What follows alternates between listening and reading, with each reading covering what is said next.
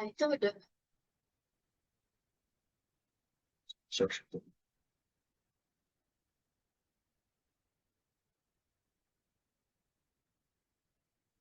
Baik, boleh ya. Bismillahirrahmanirrahim. Assalamualaikum warahmatullahi wabarakatuh. Warahmatullahi wabarakatuh. Bismillah, salatu wassalamu ala rasulillah. Pak, Assalamualaikum warahmatullahi wabarakatuh. Selamat pagi Bapak-Bapak, Ibu-Ibu semua, baik yang ada di ruangan maupun yang ada di Zoom semua. Eh, Baik Pak, jadi sepertinya materinya agak maju ya Pak ya, agak maju sepertinya karena tadi kalau saya dapat jadwal itu harusnya di jam 9.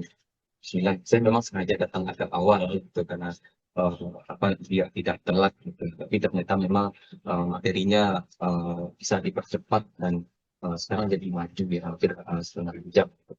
Ibu. Baik, Bapak Ibu, eh, tadi kita sudah membahas dan melihat sedikit tadi materinya tentang titik kritis ya, Bu ya. Titik kritis ya memang agak teoretik ya dan agak apa namanya, memang kalau kita terapkan nggak semua kita nanti akan apa menerapkan ini sebetulnya. Nah, tadi saya sempat menyimak tanya jawab yang sudah disampaikan oleh Bapak. Karena memang skala usaha kita beda-beda dan peran kita di dalam usaha itu juga beda-beda. Tidak semuanya usaha kita itu berbentuk produksi gitu. Tidak semuanya kita yang membuat dari awal, tapi kita hanya berjanji gitu yang tepatnya. Tapi mungkin juga ada di antara bapak-bapak ibu-ibu yang itu mungkin yang juga sebagai owner atau pemilik usaha seperti geprek atau yang semacamnya gitu. Jadi kalau kita lihat sebenarnya gini Bapak Ibu, kalau kita lihat dalam skema halal, skemanya memang terbagi dua. Ada yang kita sebut sebagai skema reguler. Nah ini yang selalu skema reguler ini yang perlu tahu dia semuanya Pak.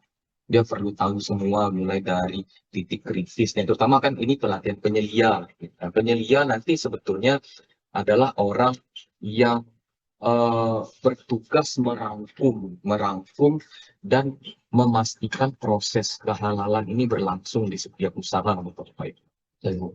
Nah, tapi kalau berdasarkan skala memang tadi ada yang reguler, jadi penyelia di skema reguler memang harus banyak tahu, bahkan ilmunya kurang lebih sama dari kami karena kebetulan kami auditor gitu. Auditor. Jadi ilmu kalau penyelia di skema reguler itu memang dia harus tahu banyak. Nah, tapi ada satu lagi Bapak-Bapak Ibu yaitu skema self declare. Nah, self declare itu memang sangat sederhana seperti yang tadi disampaikan oleh Bapak.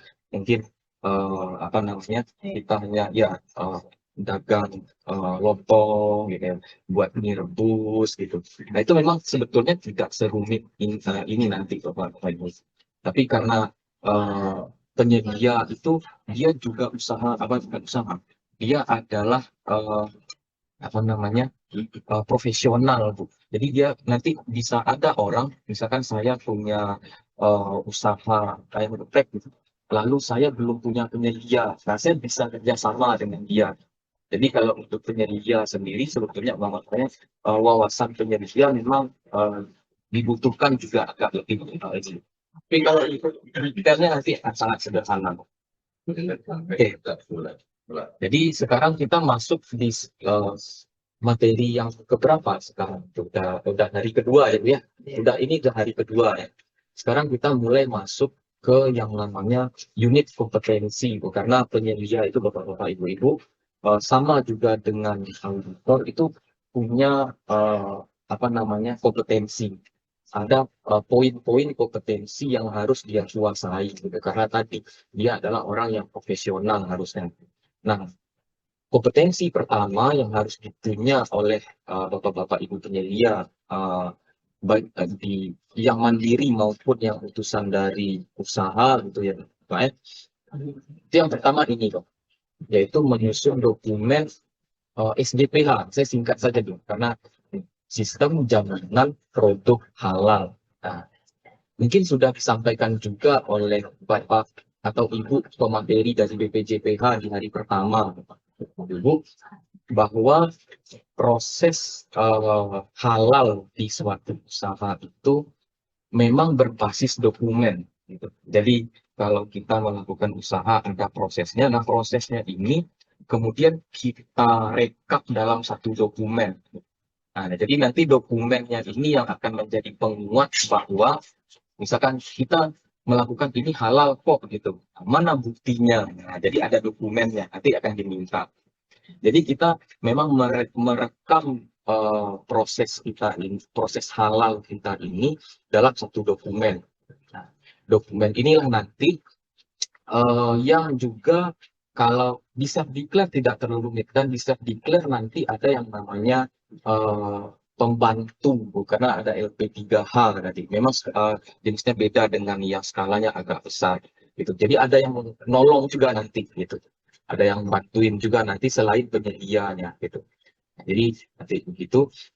Nah, tapi untuk yang reguler mungkin ada di antara bapak-bapak ibu di sini yang memang berasal dari usaha owner itu, entah itu ayam geprek, entah itu seperti minuman-minuman gitu ya. Dalam proses terutama reguler, saya agak ke reguler dulu sedikit karena biar menyeluruh nanti. Dalam proses sertifikasi halal yang akan dilihat oleh si auditor karena nanti auditor yang akan merekam semua itu adalah dokumen ini. Jadi auditor pertama akan terima dokumennya dulu, setelah itu dia akan cek dokumennya dulu. Jadi penilaian pertama itu sudah ada di awal. Setelah itu baru nanti si auditor turun gitu. Nah, dokumen inilah yang disusun oleh penyedia merekam semuanya nanti. Ini yang akan kita coba lihat, gitu ya, Jadi menyusun dokumen penerapan SGPH. Karena dokumen utama itu kita cuma satu sebetulnya. Tapi satu bundel cukup besar. Kalau untuk yang secara reguler itu cukup tebal.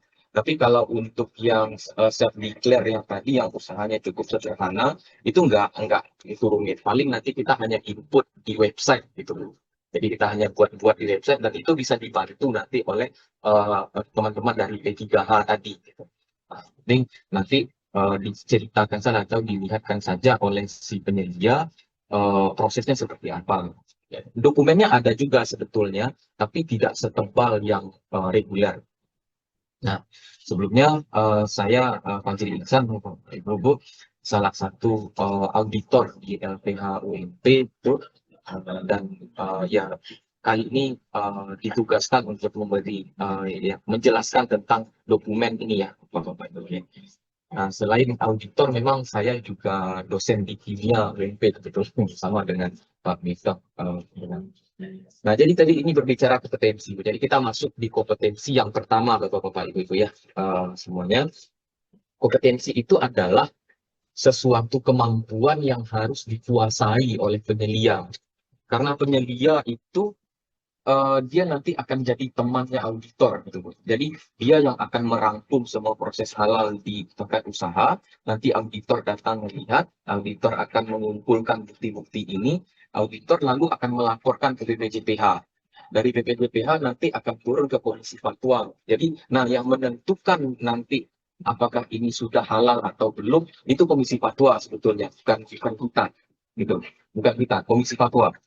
Jadi nanti kita akan disidang justru. Kami terutama para auditor itu nanti akan disidang. Setelah kami mengumpulkan bukti-bukti bahwa suatu proses itu bisa dinilai halal gitu, kami buatkan laporannya. Nanti kami lapor ke BPJPH, dari BPJPH ke Komisi Fatwa. Komisi Fatwa akan panggil gitu. Panggil kami disidang nanti. Disidang di mana buktinya? Ini gitu. Nah, baru setelah itu komisi fatwa bersidang lagi, baru nanti diputuskan, oh ini halal, ini bisa diberikan label halal. Nah, ini tadi. Nah, kemampuan awal yang harus dipunyai oleh penyedia berarti mirip-mirip dengan auditor. Pertama adalah menyusun dokumen penerapan SGPH. Jadi kita buatkan satu dokumen nanti. apa yang kita lakukan, apa yang kita kerjakan itu di usaha kita, itu kita tuangkan di dokumen. Jadi nanti ketika kita katakan, Pak, kami ini halal, bahannya ini halal, kami pakai ini yang halal kok. Mana buktinya? Nanti kita bisa lihatkan, ini buktinya. Nah, itu berupa dokumen. Nah, sebelum menyusun dokumen, kita masuk yang kedua. Sebelum menyusun dokumen, nah sebetulnya betul balik ke materi yang pertama tadi. Seorang penyelia itu sebetulnya memang diharuskan bisa menilai atau melihat titik-titik kritis itu di dalam suatu pola usaha. Baru nanti dia bisa mengatakan, oh ini sudah halal nih. Gitu. Karena nggak semua nanti proses itu akan dinilai. Ada yang paling kritis itu ada itu titik-titik yang kritis ini. Maka seorang penyedia itu memang harus mampu nih melakukan analisis risiko di titik-titik kritis itu. Dia sederhananya begitu, dia mampu, oh ini kayaknya ada kemungkinan tidak halal nih proses ini. Nah, dia mampu melakukan penilaian itu. Baru setelah itu, baru dia mampu menyusun manual prosedur kerja. Karena nanti memang ada beberapa, terutama di bagian reguler, itu harus ada SOP. Memang ada itu SOP. Nah, memang tadi bisa declare tidak akan serumit ini sebetulnya, ya, tidak akan serumit di skema reguler. Gitu.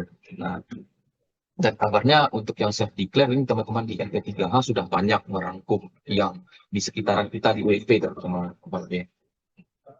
Nah, ini beberapa istilah saja yang harus diketahui. Pertama tadi saya titik beratkan di bagian ini saja.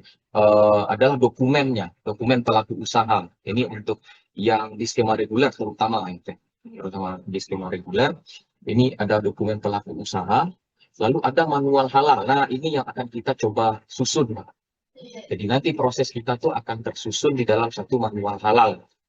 Nah, tapi untuk itu kita perlu tahu yang namanya titik kritis tadi. Titik kritis ketidakhalalan yang tadi sudah dijelaskan oleh Bu Nabila. Jadi ada dokumen, ada manualnya, lalu ada prosedur nanti dan ada ketidakhalalan. Nah, bentuknya apa dokumen yang harus kita susun nanti ketika kita harus mengajukan proses halal? Sebetulnya dokumennya cuma satu ini, Pak.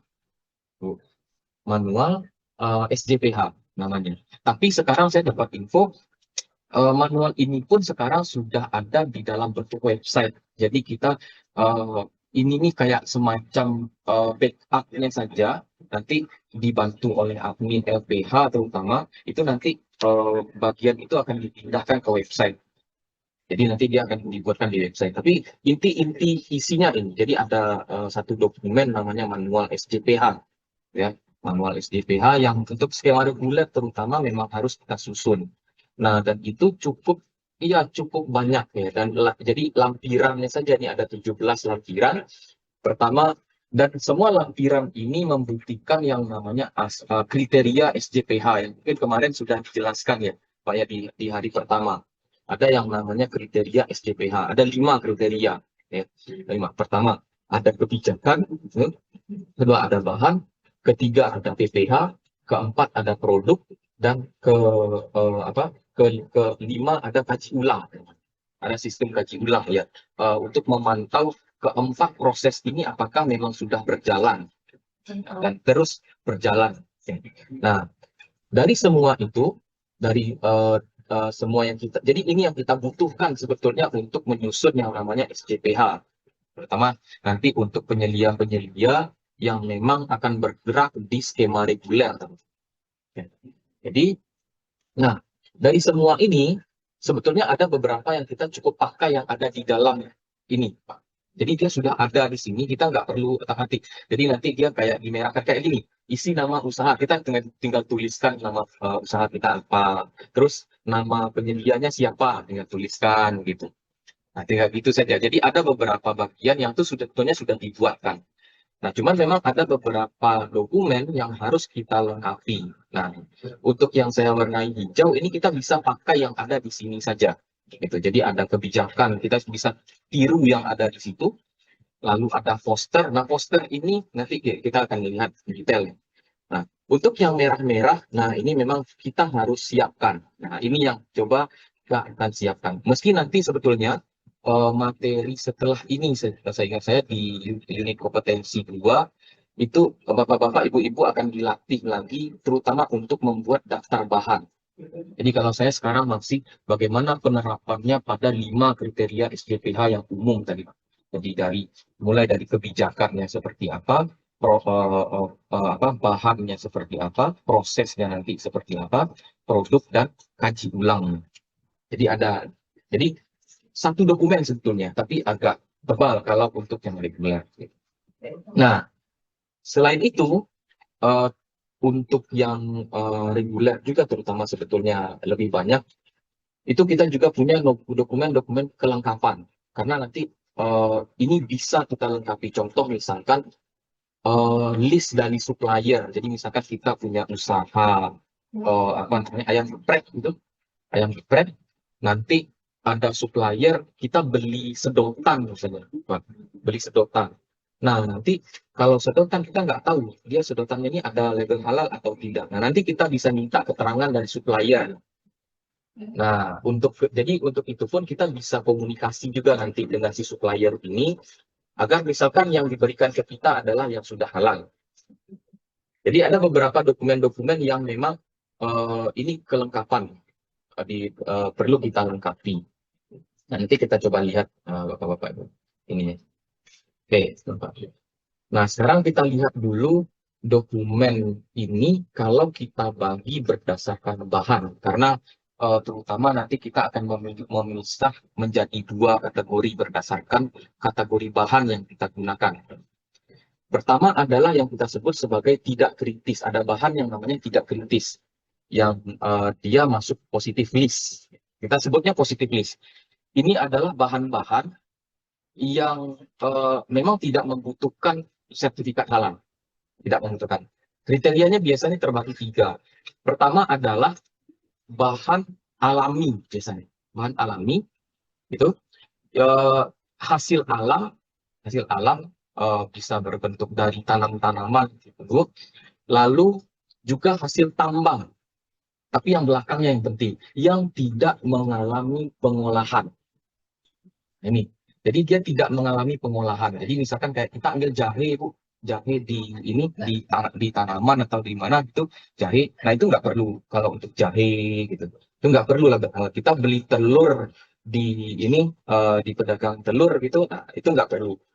Nah, itu kita sebut positivis. Ya. Bahan-bahan yang seperti itu tidak butuh pendukung. Nggak ada bahan yang perlu, dokumen yang perlu disiapkan untuk mengatakan ini halal. Nggak perlu. Nah, yang kedua, nah ini yang agak yang perlu kita agak waspada, Bapak Ibu, yaitu yang kita sebut sebagai bahan kritis yang tadi. Bahan-bahan yang sebetulnya punya titik-titik yang tadi dijelaskan oleh Bu Nabila. Nah, dia biasanya secara umum adalah bahan-bahan yang sudah mengalami pengolahan, yang sudah diolah. Jadi misalkan kalau kita apa namanya kayak ada bumbu. Kalau kita ambil jahe, langsung kita pakai, itu nggak masalah. Tapi kalau jahenya misalkan sudah dibuat dalam bentuk jahe kemasan, Bapak Ibu, nah ini perlu ini masuk dia kemudian ke bahan kritis. Kalau dia sudah dalam kemasan. Pembedanya tadi, satunya hasil alam yang tidak diolah, satunya sudah dari pabrik, sudah diolah. Jadi, nah, yang seperti itu. Jadi, daging dan turunannya, lalu bahan yang sudah diolah, gitu. Kalau daging, iya, Bapak.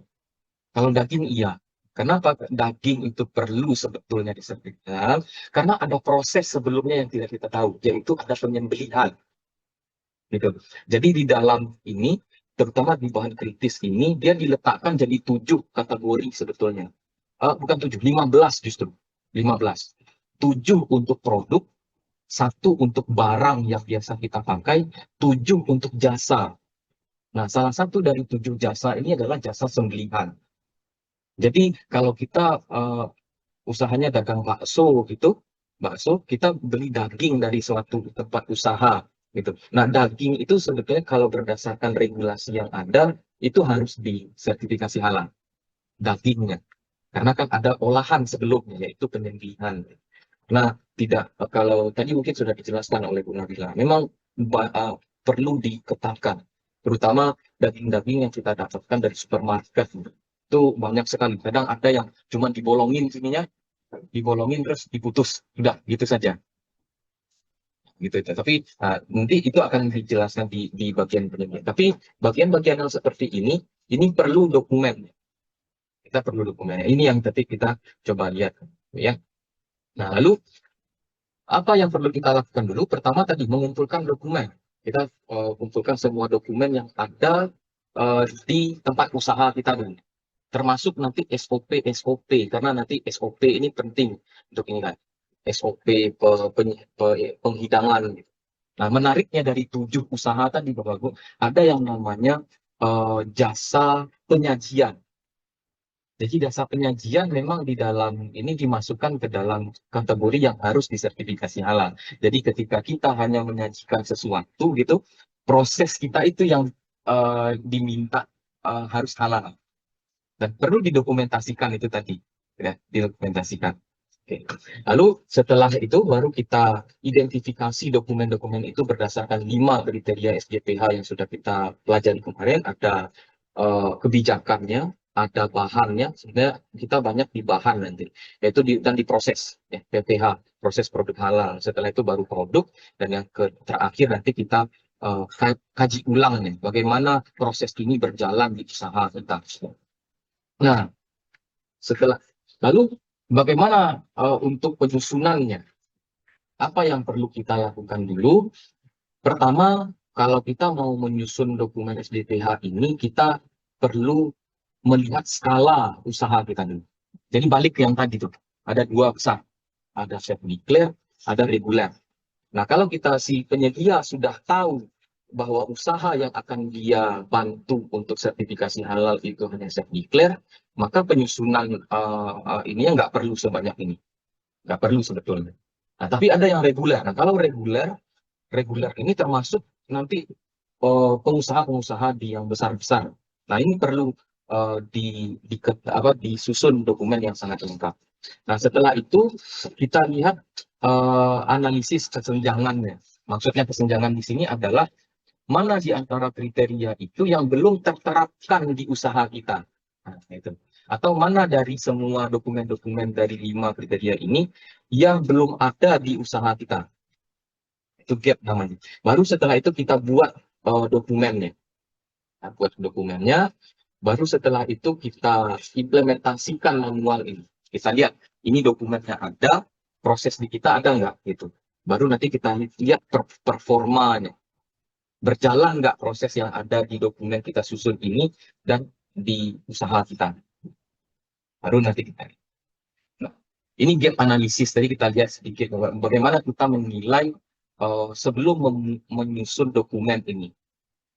Pertama, tujuannya adalah ini. Dia mengecek apakah ada yang 5 kriteria ini belum terterapkan. Itu pertama.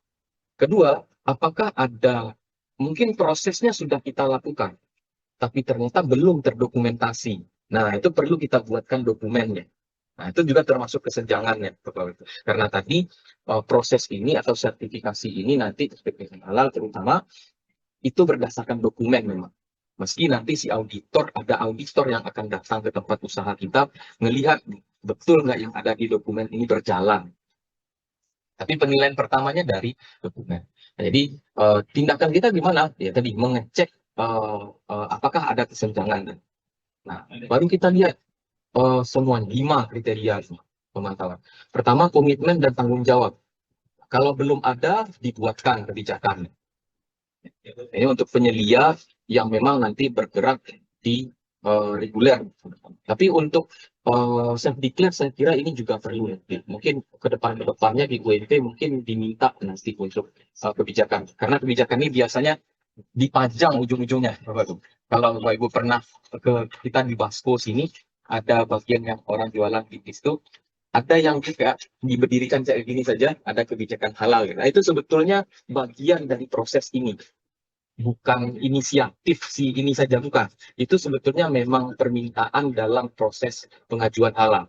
Banyak tuh di Rotiko bisa kita temukan. Di mana lagi? Saya sempat lihat di Rotiko, dia dibikin kayak yang berdiri yang warna bening tuh. Nah, ditaruh di depan kasirnya. atau di Soladia itu ada ditempel di dindingnya. Nah, itu sebetulnya bagian dari sini. Karena itu nanti diminta dokumennya. Nah, gitu. Yang kedua, bahan. Nah, kalau belum ada di bahan ini nanti terutama para penyedia perlu mahir untuk menyusun dokumen-dokumen pendukung bahan. Karena nanti tidak hanya berbentuk dokumen mentah, tapi juga ada matriks namanya, atau ada daftar centang. Dokumen itu justru harus bahan ini harus beririsan dengan produknya. Gitu. Nanti kita lihat.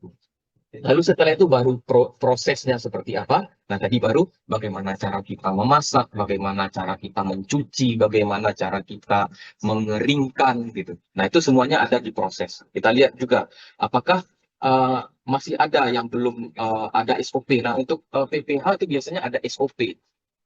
Ini untuk penyelia perlu tahu proses itu harus ada SOP-nya kalau sudah berdasarkan aturan. Lalu setelah itu produk, baru kita lihat produknya. Baru kita lihat seperti nama-nama. Karena ada Bapak Ibu nama produk yang memang tidak akan disertifikasi halal oleh MUI dan BPJPH.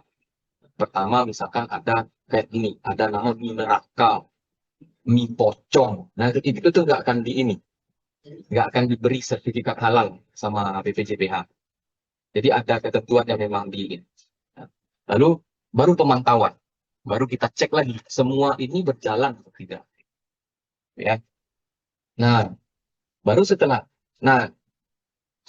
kita lakukan analisis gap ini, kita lihat mana yang belum terterapkan, baru kita lihat dokumen awal. Ini sebetulnya dokumen penting tapi bukan masuk di SJPH.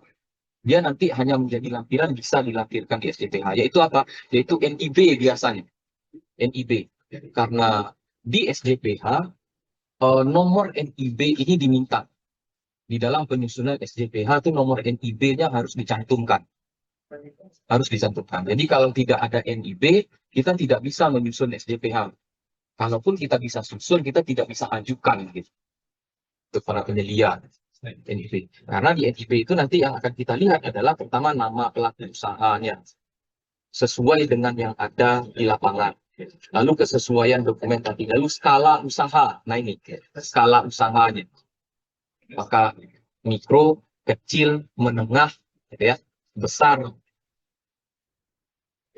Karena nanti itu akan berdampak ketika dilihat dia mikro atau namanya dia besar, tapi ternyata dia ngajukan dari self declare dari yang sederhana.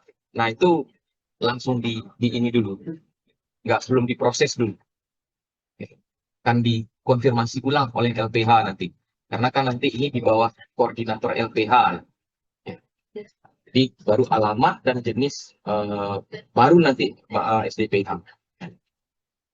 Nah baru kita susun. Nah setelah kita lakukan semua tadi, kita lihat di usaha itu kita nilai apakah ada gap atau ada yang belum terterapkan.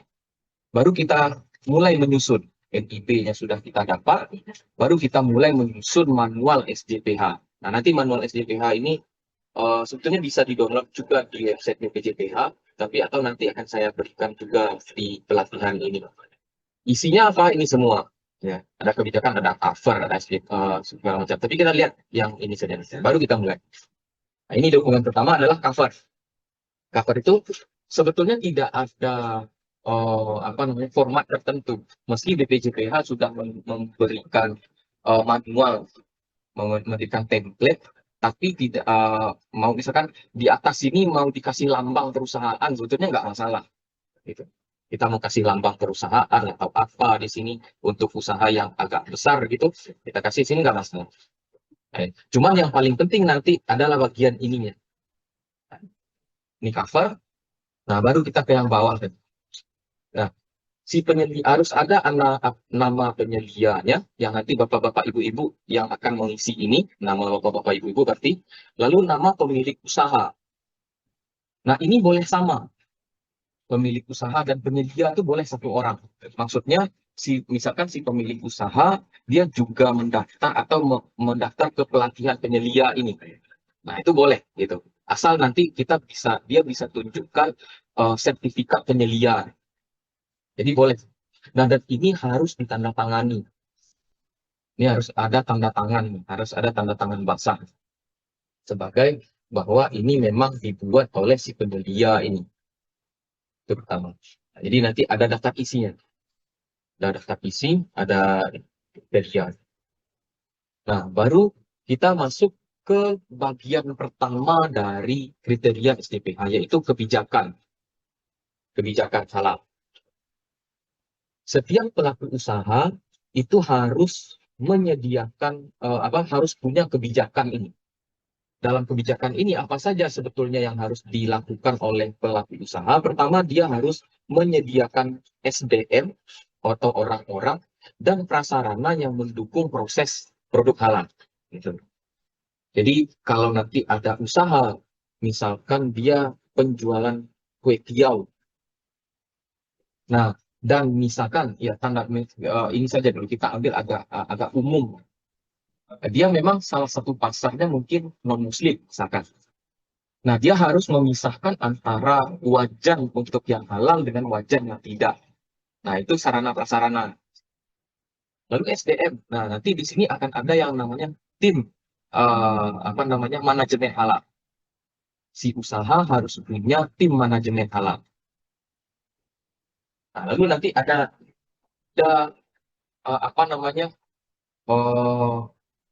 kebijakan juga, ada sesuatu yang harus dikatakan kami bersedia melaksanakan proses halal. Itu harus dituliskan.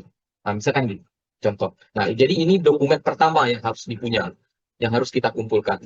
Kebijakan halal, misalkan kalau ini rumah sakit, misalkan rumah sakit. Nah, format ini secara umum ada di manual tadi, secara umum. Nah, tapi ini diganti dengan nama dia, ini menyiapkan sumber daya. Gitu. Kami berkomitmen mematuhi peraturan undang-undang dan seterusnya sampai nanti ditandatangani oleh si pemilik usaha atau dalam hal ini kalau ini direktur rumah sakitnya yang tanda tangan. Ini bentuk pertama. Ini bentuk yang ini pengusaha mie Toma. Saya coba sempat ambil tadi. Nih, dia bikin kayak begini. Halal Indonesia, kebijakan halal. Nah, ini juga nanti yang biasanya di print gitu ditaruh di depan kasir atau dijadikan dipajang di dinding tempat usahanya. Nah, karena memang itu nanti akan dipotret oleh auditor. Kalau ada auditor yang datang, dipotret oleh auditor. Nah, ini contohnya dokumen. Jadi ini harus ada dokumen kebijakannya, komitmen halal. Dan untuk usaha yang agak lebih besar, ini dan kebijakan ini harus disosialisasikan pada semua karyawan untuk usaha-usaha yang memang di taraf reguler sebetulnya. Untuk seperti tadi mungkin ada ayam geprek, itu yang dia bertugas di dapur, satu bertugas di pencucian, satu bertugas di penyajian, gitu. Semuanya harus dikasih tahu. Termasuk supplier tadi yang saya bilang, Bapak-Bapak. Kalau ada Bapak-Bapak Ibu yang punya usaha, yang punya supplier. Ini salah satu contoh yang pernah dilakukan, yaitu dia mengirimkan WA ke suppliernya memberitahu bahwa kami berkomitmen terhadap proses produk halal. Intinya kalau ini kita lihat, maka dengan itu kami nanti memohon atau meminta kesediaan bagi supplier untuk mengirimkan ke kami bahan yang juga sudah tersertifikasi halal. Nah, ini termasuk bagian sosialisasi. Jadi sosialisasinya bisa dalam bentuk seperti ini, bisa begini. Kalau kita dalam dunia tempat usaha, kita bikin rapat di tim kita sampaikan di situ bahwa kita punya kebijakan halal. Dan ini kayak seperti yang tertampil di layar, terdokumentasi. Jadi ininya ada, nih ini bisa, kalau begini bisa difoto, atau yang ini, gitu. Nah ini harus ada. Ini juga kalau harus didokumentasikan. Nah, dokumen-dokumen ini nanti akan menjadi lampiran di bagian kriteria pertama. Gitu. Lampiran di kriteria kebijakan dan komitmen halal. Nah, ini tadi pembentukan. Untuk pembentukan tim, itu nanti juga dimintakan surat keputusan pembentukan tim manajemen halal. Jadi untuk usaha yang memang menengah, kecil menengah ke atas, itu dimintakan memang surat keputusan, ada SK untuk tim manajemen halal. Misalkan kayak ini pemilik usahanya menjadi ketua, boleh. Nah ini juga jabatannya apa, lalu kompetensinya apa, atau tugasnya nanti apa. Jadi harus dibuatkan. Nah ini contoh-contoh dokumen yang harus disusun. Jadi dan formatnya tidak baku sebetulnya seperti yang tertampil di sini, macam-macam. Tapi isinya sama, sistem jaminan halal. Ini juga sama, penunjukan tim manajemen halal. Ini juga sama dari dari koperasi ya, bukan dari ini ketua koperasi. Ini untuk koperasi. Jadi diketuai, lalu ada anggotanya nanti, lalu ditandatangani oleh si pemilik usaha. Gitu. Nah, dokumen ini yang berikutnya yang harus kita punya. Jadi tadi ada kebijakan, lalu ada tim. Nah, ini bagian dari SDM. Gitu. SDM. Ya, nanti tim inilah yang akan bekerja bersama penyelia untuk memastikan proses kehalalan itu berjalan di tempat usaha kita. Nah, baru setelah itu kita masuk ke kriteria kedua. Jadi tadi kebijakan sudah, SDM sudah, kita masuk ke kriteria kedua karena SJPH itu dia selalu 5 kriteria SJPH. Ini akan selalu diulang-ulang oleh penyelia dan auditor. Ini 5 kriteria SJPH. Kebijakan, baru yang kedua bahan. Nah, bahan ini yang nanti para penyelia perlu mahir melakukan ini. Perlu sekali mahir. Nah, detailnya nanti mungkin akan dibahas di UK2 atau di unit kompetensi 2. Detail bagaimana menyusun, mungkin nanti akan ada praktek. Nah, tapi intinya apa? Nanti akan ada satu format kayak begini, ada nama bahan dan mereknya, itu. Lalu jenisnya bahan apa? Nah, karena nanti di dalam bahan itu dibagi menjadi beberapa jenis. Ada bahan baku, ada bahan aditif atau bahan tambahan, dan ada bahan penolong. Bahan penolong itu dilihat kan nanti. Lalu nanti produsennya siapa? Nah ini kayak ini pasar lokal. Lalu dia di negara mana? Kalau ini memang karena untuk usaha yang agak besar tentu bisa jadi saja dia mensuplai dari luar.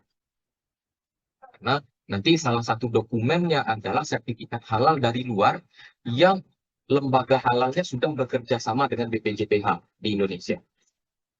Lalu, nah ini lembaga penerbit sertifikat halal. Kalau dokumennya. Lalu nomor sertifikat halalnya, ini yang paling penting. Untuk semua bahan, kalau bisa kita punya bahan-bahan yang begini. Semua bahan olahan, kalau kita bisa punya yang begini. Nah, ini untuk positive list yang tadi saya sebut, Bapak, Ibu. Jadi ada untuk penyedia dan auditor terutama, ada 2 dokumen yang tidak boleh dia lepas. Pertama adalah KMA 748. Ini menerangkan semua bahan yang wajib disertifikasi halal. 15 kategori tadi itu ada di sini. 7 dari produk, 1 dari barang gunaan, 7 dari usaha. Itu semuanya didetailkan di KMA namanya, keputusan Menteri Agama nomor 748. Semuanya ada di sana. Semua yang tersebut di sana wajib punya sertifikat halal. Nih, yang begini. Itu yang disebut sebagai bahan kritis. Dokumen yang kedua adalah KMA 1360. 1360. Gitu. KMA 1360 ini menerangkan semua bahan yang tidak perlu ada sertifikat halal. Nah, 2 dokumen ini betul-betul harus dikuasai semua oleh penyelia. Penyelia yang karena nanti penyedialah yang akan melihat yang di usaha kita ini bahannya masuk mana. Dia masuk di KMA 748 atau dia masuk di KMA 1360. Semuanya dinilai. Kalau dia masuk di 748, nah ininya harus ada. Ininya harus ada. Nah, misalkan dia penerbitnya BPJPH, nomornya segini, bukti pendukungnya apa? Sertifikat halal SH. Kita perlu berikan nanti, Bapak-bapak, Ibu-ibu semua. Nah, semuanya begitu kan. Semua bahan, mau kita pakai lengkoas, mau kita pakai jahe, mau kita pakai telur, mau bahkan di sini di beberapa ini dulu kami diberikan dari BPJPH termasuk air yang kita gunakan ditampilkan di sini, termasuk air. Tapi nanti tentu airnya dia termasuk ke dalam yang tadi bahan positif list kita sebutnya. Nah, KFA 1360 inilah sebetulnya yang kita sebut sebagai positif list. KFA 1360. Jadi keputusan Menteri Agama nomor 1360 tahun 2021 kalau saya tidak salah. Ini jadi dokumen ini nanti panjang sebetulnya, makanya ini kepotong, ini dipotong sebetulnya. Nih, panjang bisa bisa 20-30 bahan ke bawah, terutama untuk usaha-usaha yang agak besar. Nah, kalau set declare itu bisa ditampilkan gini saja. Untuk misalkan kita pakai Indomie, kita sebut Indomie, produsennya dari sini. Nah, nanti kita bisa lihat Indomie itu sudah ada sertifikat halalnya kan ya. Nah, kita tinggal lihat saja. Semua nomor sertifikat halal ini bisa kita lihat secara bebas di website BPJPH nanti. Jadi kita nggak perlu hubungi orang yang jual produsen Indomie-nya misalkan gitu, pabriknya untuk dapat sertifikat, nggak perlu. Kita tinggal cek di website BPJPH nanti keluar ini nomor. Kalau nomornya sudah ada, nah ini udah beres. Gitu. Jadi kalau untuk yang self declare, ya kita bisa sebutkan semua yang sudah ada ini saja gitu. Jadi kita pakai teh ini, tehnya sudah ada, ini nomor sertifikat halal. Selesai. Kita selesai di sana sebetulnya, enggak. Makanya tidak serumit kalau kita punya usaha sendiri. Kalau kita punya usaha sendiri, contoh ayam geprek, mulai dari daging ayamnya saja. Nah itu sudah ditanya, daging ayam datangnya kayak ini. Ini daging sapi. Kalau ayam geprek, berarti daging ayam. Daging ayamnya didapat dari mana? Maka tentu kalau dia geprek, tentu dia bahan baku ya, teman-teman ya. Dia bahan baku. Nah, dia didapat dari mana? Nah, contoh ini. Nah, ini dia di sini nih. Contoh yang ini dia tidak bisa menampilkan uh, apakah daging sapinya itu bisa diklaim halal atau tidak. Nah, yang begini biasanya akan dicatat oleh auditor nanti. Ini akan dicatat auditor nanti biasanya. Tapi lagi-lagi, auditor sebetulnya bukan yang memutuskan. Yang memutuskan nanti adalah komisi fatwa. Komisi fatwa. Tugas kita hanya mendetail semua bahan yang kita punya, kita masukkan semua, lalu kita buatkan dia jenisnya apa, produsennya siapa, di negara mana kita dapat, kalau kita dapat supplier, suppliernya dari mana, entah dari pasar, entah dari ada toko juga, gitu. Baru kita lihat apakah dia punya sertifikat halal. Tapi kalau positif list nggak perlu, memang perlu cuma perlu di strip saja. Kita tinggal buat di dokumen ini dia adalah positif list.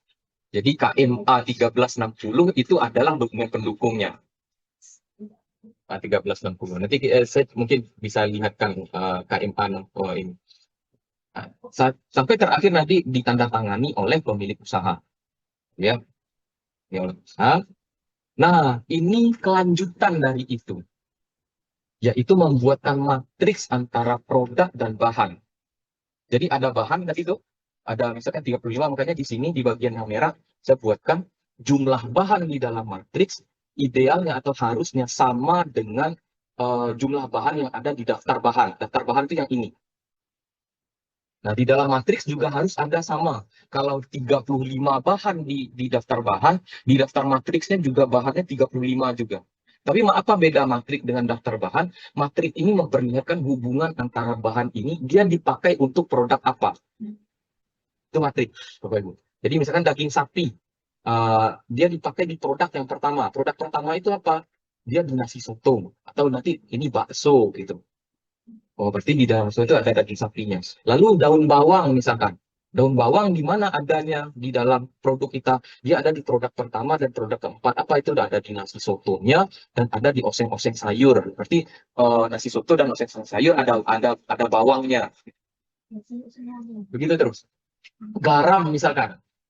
Nah, garam semua ini memang betul detail loh, gitu. Bahkan tadi saya bilang air yang kita pakai pun ditampilkan di sini. Nah, ini penyelia perlu mahir atau perlu terampil menyusun ini. Jadi garam, misalkan garam di mana adanya? Di produk pertama, 1, 2, 3, 4. Berarti di nasi soto ada, di ikan kakap ada, di sambal ada, di oseng-oseng ada. Nah, di es buah nggak ada garam berarti. Di es buah nggak ada garam. Dan di bubur kacang hijau, oke, di sini dia nggak kasih garam, berarti bubur kacang hijaunya. Berarti dia nggak kasih garam, bubur kacang hijau. Nah gitu Bapak Ibu, itu terus merica butiran, mericanya ada di mana? Berarti di yang pertama, kemiri adanya di pertama, daun salam adanya di produk yang pertama. Nah, tadi jumlah ini harus sama dengan daftar bahan. Ini bagi penyelia, perlu memastikan itu. Karena kalau tidak, nanti akan ditandai sebagai temuan oleh auditor. Kalau tidak sama, gitu. Baik kurang maupun berlebih. Itu akan ditandai nanti oleh auditor. Nah ini, di sini ada air mineral. Tampilkan. Air mineral dipakai di mana? Oke, nah gitu Bapak. Jadi matriks adalah hubungan antara bahan dengan produk. Dia bahan-bahan itu adanya di produk mana saja, gitu. Semuanya. Jadi kalau tadi 35 bahan, berarti dia 35 bahannya harus terlihat dia adanya di produk apa saja. Gitu. Nah, ini bahan, ini UK2N, UK. Kriteria 2. Nah, kita masuk selesai di sini. Ini nanti sebetulnya saya belum lihatkan dokumen pendukungnya, Bu. Jadi dokumen ini nanti kayak tadi ada sertifikat halal. Kalau bisa kita memang punya. Lalu dan dokumen pendukung itu ada 7 jenisnya sebetulnya. Terutama untuk pelaku usaha yang agak besar nanti. Yang pertama adalah sertifikat halal. Kalau sertifikat halal tidak ada, dia harus dibuktikan oleh 6 dokumen lain. Ini yang diminta BPJPH saja di 6. Lebih dari ini boleh tidak kita menambahkan untuk sebagai penguat klaim kita? Boleh. Boleh. Tapi 6 ini biasanya ini yang dibakukan oleh BPJPH. Yang pertama tadi sertifikat halal. Yang kedua nanti ada namanya sertifikat of analysis. Ini hasil analisis lab biasanya Bapak Ibu. Jadi kalau ada kita misalkan ada produksi baksonya entah itu dagingnya atau apanya, atau ada satu bahan lah, dia nggak punya sertifikat halal, tapi dia tidak masuk ke dalam positive list. Dia tidak ada di positive list, otomatis dia ada di bagian yang wajib.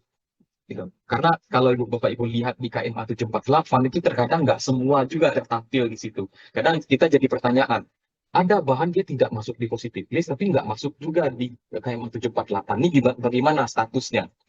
Nah, kalau ini tetap kita katakan dia harus dibuktikan kehalalan. Jadi sertifikat halal itu hanya salah satu dokumen yang membuktikan klaim halal. Baru salah satu yang disediakan oleh BPJP itu ada 7. Tadi ada sertifikat of analysis. Jadi kita bisa minta orang kita kirim ke lab. Misalkan di kita di UNP ada lab terpadu sekarang yang sudah disusun untuk ini. Nah, nanti lab terpadu keluarkan sertifikat of analysis. Dari analisis itu terlihat bahkan komposisi yang ada di dalam bahan itu halal semua, maka itu bisa dipakai. Banyak. Jadi ada sertifikat of analysis, ada juga keterangan komposisi ingredient.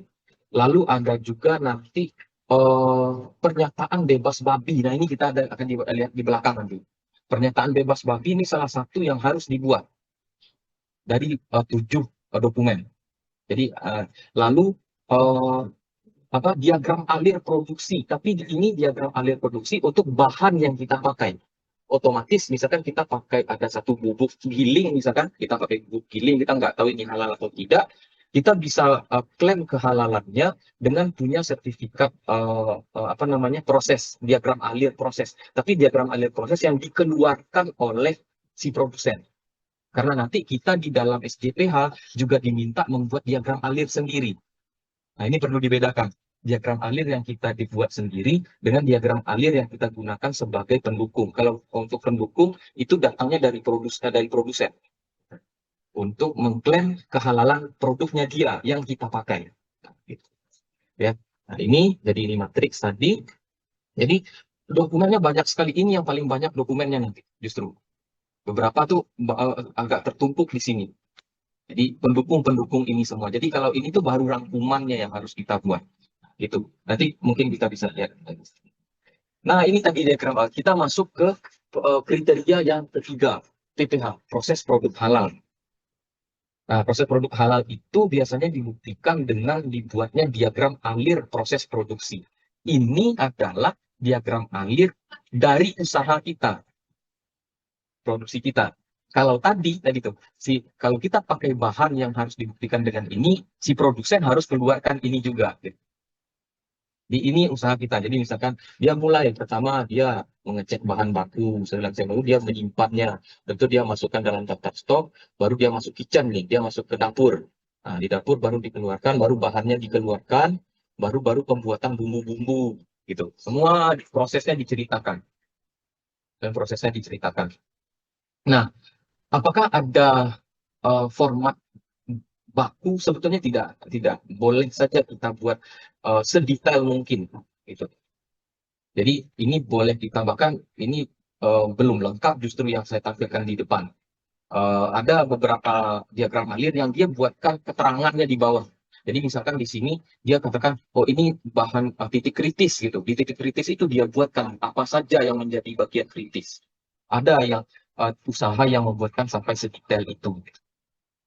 Jadi ini pengetahuan untuk penyelia bahwa penyelia nanti harus mampu membuat ini dari usaha yang dia coba ajukan proses halal. Dia harus menyusun. Jadi nanti ini kalau tugasnya penyelia, bukan tugasnya yang punya usaha, kecuali yang punya usaha itu sebagai penyelia. Diagram alir. Lalu ini juga masuk bagian proses, yaitu tempat atau denah usaha kita. Gitu. Denah usaha, toiletnya ada di mana, lalu gudang penyimpanannya ada di mana, lalu ruang penyajiannya ada di mana. Apalagi hal ini akan sangat krusial kalau si usaha ini memang pasarnya dua, muslim dan non-muslim. Ini krusial sekali. Ini penting sekali nanti terlihat bedanya dari peta ini, di mana dia meletakkan memproses yang produk-produk yang halal, di mana dia tempatnya dia memproses tempat-tempat yang tidak halal, dan itu tidak boleh dempet misalnya. Nah, si auditor akan nilai itu tuh, akan nilai apakah tempat non halal dan halalnya dempet. Kalau dempet itu bisa ditandai nanti sama auditor. Karena kenapa? Karena kalau dempet bisa nanti terjadi kemungkinan kontaminasi silang. Kontaminasi itu mungkin saja si pengguna usaha sudah ini, tapi sangat sangat mungkin kalau ada si pekerja dari tempat non halal, nanti dia juga pindah ke tempat yang halal. Itu makanya layout fasilitas ini perlu didetailkan. Apakah bentuknya harus begini? Enggak, sedetail mungkin sebetulnya. Ini hanya panduan umum, bentuk-bentuk umumnya saja. Jadi kita harus lihatkan tempat ini. Nah, baru di bagian proses ini juga, nah ini tadi yang saya bilang, Bapak-bapak, Ibu-ibu, adanya pernyataan bebas babi. Pernyataan bebas babi yang harus dibuat. Nah, ini ada di manual SDPH. Jadi kita boleh pakai yang begini, boleh juga kita pakai, kayak misalkan kita kasih kod usaha kita, atau kod usahanya boleh saja. Atau boleh pakai copy paste aja yang ada di manual SDPH, itu boleh saja. Tinggal diganti saja namanya dengan nama usaha yang akan kita ajukan sertifikasi halalnya sama ini.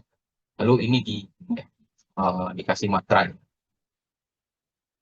Ini untuk PPH. Nah, di produk nanti tentu akan sama, akan mirip dengan yang bahan tadi, Bapak Ibu-Ibu. Karena nanti di manual SDPH sebetulnya ada bagian yang belum saya sebut ke sini, misalkan kayak di SDPH itu didetailkan berapa detail penjualan kita, kapan saja kita menjual, itu ada kalau bisa didokumentasikan. Ada tuh untuk yang produk-produk kapan kita menjual, lalu kalau produk ini dijual gitu, ya berapa jenis yang terjual gitu. Itu ada nanti mungkin di terakhir kita bisa lihat sekilas tentang manual SPPH ini. Ini saya ambil bagian-bagian umum yang kriteria 5 saja. Baru setelah itu audit. Nah, audit internal ini sudah masuk ke dalam terakhir, yaitu bagian evaluasi dan kaji ulang manajemen. Di bagian ini adalah dokumen kita untuk melihatkan apakah semua proses bahan dan segala macamnya tadi itu memang berlangsung di tempat kita gitu, secara kontinu gitu, atau namanya secara terus menerus. Nah, ini kebetulan ini adalah form audit internal. Jadi nanti kita bisa buatkan form, isi formnya juga sudah ada di dalam manual SJPH. Makanya di sini ada kalau kalimat yang merah ini dapat ditambahkan dengan pertanyaan yang dibutuhkan. Jadi kalau kita ingin menambahkan pertanyaan-pertanyaan yang lebih mendetailkan pada usaha kita, nah itu boleh. Atau juga bisa nanti ada pertanyaan yang sudah disediakan di dalam manual SJPH itu yang dihapus, yang nggak sesuai dengan punya kita. Karena kan ini dibuatnya umum ya, Bu ya. Kita misalkan punya usaha makanan, ternyata di situ ada list centang untuk usaha penyembelihan gitu. Nah itu kan nggak masuk di usaha kita, boleh dihapus gitu. Boleh dihapus. Ini manual ininya, dan ini laporan audit internal. Jadi, nah si penyedia akan menjadi auditor di dalam usahanya sendiri nanti. Si penyedia, dia akan menjadi auditor sendiri. Dialah yang akan memastikan bahwa proses itu memang berlangsung. Maka si penyedia nanti juga perlu membuat laporan audit internal. Ini salah satu dokumen yang diminta nanti di dalam manual. Jadi disusun semua setepat itu nanti. Disusun semua. Nah, ini bagian koreksi Ini laporannya seperti apa? Laporan audit nih, uraiannya, temuannya apa saja, lalu nanti buktinya apa saja. Itu didetailkan semua. Lokasinya ada di mana gitu. Misalkan dia mendapatkan tidak ditemukannya SOP pencucian, tidak ada SOP. Nah, buktinya itu tidak ada SOP. Itu adanya di mana? Misalkan di ruang produksi atau di ruang pencucian tempatnya. Temuannya itu tidak ditemukan SOP pencucian. Nah, kalau tidak ditemukan SOP pencucian, nanti si penyelia harus membantu untuk membuatkan SOP untuk melengkapi ini. Itu kan sebetulnya sudah bisa dinilai dari awal tadi, dari gap analisis tadi, Pak. Nah, ini adalah untuk kaji ulang manajemen. Nah, di manajemen harus ada rapat internal. Harus ada rapat internal untuk melihat apakah proses halal ini memang berjalan atau tidak. Nah, ketuanya kan tadi, manajemennya kan tadi bisa diketuai oleh si penyedia sendiri atau diketuai oleh pelaku usaha. Jadi ini kaji ulang. Jadi dia harus melakukan rapat internal. Nah, rapat internal harus didokumentasikan gitu. Ini contoh misalkan form ininya, temanya waktu itu apa, lalu uraian diskusinya apa, kesimpulannya bagaimana, tindak lanjutnya seperti apa, lalu kapan tindak lanjut itu harus dilakukan. Gitu. Itu harus didokumentasikan semua oleh si penyelia. Nah, lagi-lagi tadi saya ini kan bahwa penyelia akan menjadi auditor internal. Makanya pengetahuan ini penting untuk penyelia. Pengetahuan regulasi halal ini penting untuk penyelia. Ini contoh lainnya, kaji ulang manajemennya, dokumen-dokumen yang perlu diberikan, inputnya seperti perubahan internal, eksternal. Jadi ada revisi tim internal. Nah ini, kalau misalkan ternyata ada karyawannya yang di dalam tim manajemen ternyata sudah mundur, sudah resign gitu. Nah, itu disebutkan di dalam kaji ulang manajemen. Apakah akan diganti atau seperti apa? Jadi itu semuanya didokumentasikan. Dan lagi-lagi, ini tidak ada format yang baku. Boleh dibuat oleh si pelaku usaha sedetail mungkin untuk menunjukkan bahwa kaji ulang manajemen ini berjalan. Dalam tanggal berapa dia dilakukan, kapan dia dilakukan. Jadi harus ada. Nah, itu jadi kita sudah sampai ke akhir tadi di kaji ulang manajemen. Jadi itu semua beberapa yang perlu kita lihat untuk penyusunan manual. Saya coba lihatkan sedikit tentang manual. Sebentar.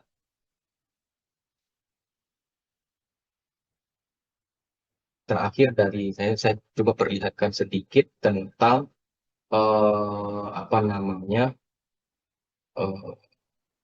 manualnya seperti apa. Karena manual ini dokumen kita. Nah, ini bentuk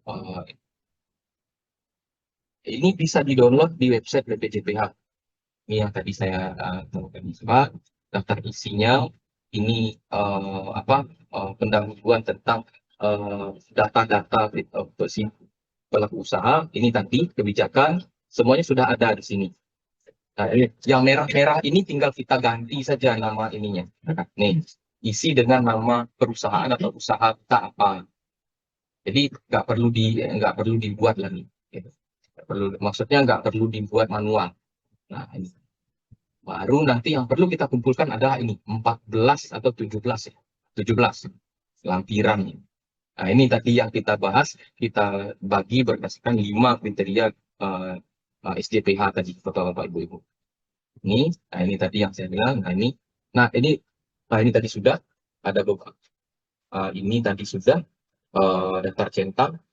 Nah, ini justru. Nah, ini tadi belum saya lihat nih. Ada catatan pembelian bahan diminta juga oleh BPJPH. Ini memang untuk usaha-usaha yang memang tingkatnya produksi sih. Dia bahannya kapan dibeli, jumlahnya berapa, waktu pembeliannya kapan gitu. Lalu penanggung jawabnya siapa? Siapa penanggung jawab pada saat dia membeli? Apalagi yang. Nah, ini form pemeriksaan bahan. Tanggal kapan dibeli gitu, mereknya apa. Memang diminta semua. Itu tadi yang saya bilang di bahan ini sebetulnya banyak ininya. Ini layout sudah. Nah, ini catatan penyimpanan. Kalau kita punya usaha yang agak besar, bagaimana kita menyimpan bahan baku kita? Kalau masuknya kapan, keluarnya kapan, gitu, penanggung jawabnya siapa? Gitu. Ini diminta juga oleh BPJPH. Ini hasil. Nah, ini catatan hasil produksi bahan lagi masih di bagian bahan. Apa nama produknya, berapa jumlahnya. Gitu. Jadi kita bikin misalkan ada yang tadi ada berapa kotak satu hari gitu. Itu didetailkan di sini. Memang diminta oleh BPJP. Distribusi itu. Catatan distribusinya juga ada. Bagi ke siapa kita menjual. Dimintain semua memang. Tapi tadi saya sudah lihatkan yang inti-intinya saja. Nah, ini penting juga saya sebut singgung sedikit terutama untuk para penyelia. Ada yang namanya skema